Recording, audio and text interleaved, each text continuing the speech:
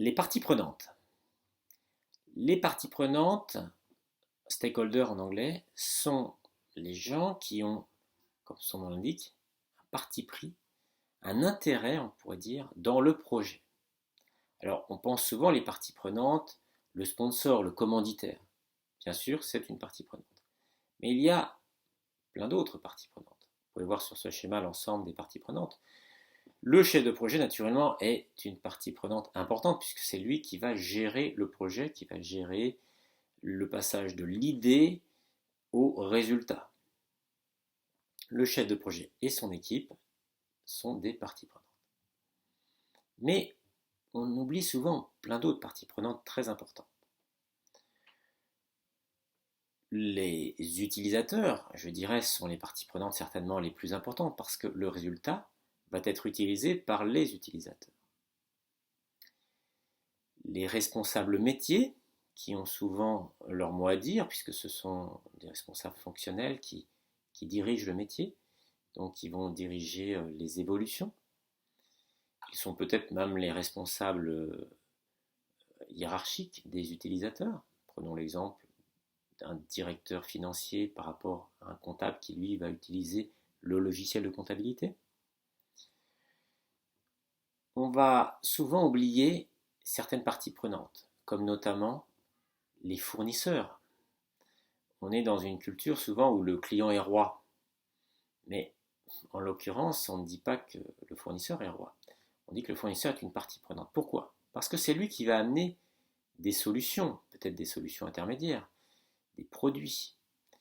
Si on ne travaille pas dans une relation de confiance, dans une relation win-win, gagnant-gagnant avec ses fournisseurs, on risque d'avoir un souci à la fin quand on intégrera son produit, quand on livrera l'ensemble des produits à ses utilisateurs. Donc il faut bien communiquer avec les fournisseurs, bien leur faire comprendre votre besoin et bien les impliquer sur le projet.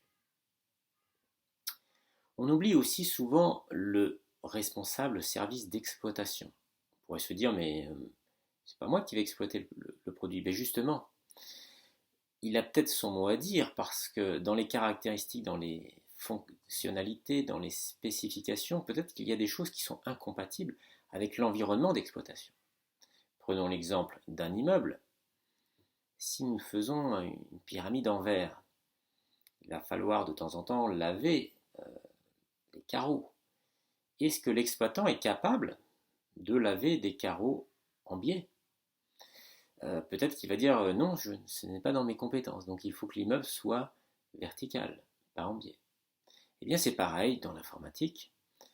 L'exploitant a des contraintes fortes dans son exploitation. La nuit, il y a ce qu'on appelle souvent des batchs qui tournent, des programmes qui tournent de façon autonome. On ne peut pas se permettre de s'intégrer comme ça dans un système d'information sans connaître les contraintes de l'exploitation. Donc le meilleur conseil que je pourrais vous donner, c'est d'intégrer l'exploitant dès le début du projet, qu'il vous donne ses exigences, ses contraintes, que vous intégrerez dans le projet, puisque, rappelez-vous, le management de projet, c'est prendre en compte l'entièreté des exigences, même si on ne peut pas toujours y répondre positivement.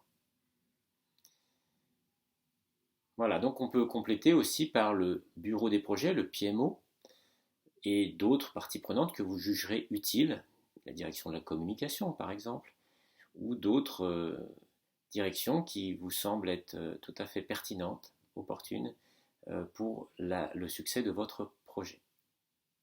Donc on verra, il y a un domaine de connaissances particulier dans le PMBOK réservé à la gestion des parties prenantes, la gestion de leurs engagements.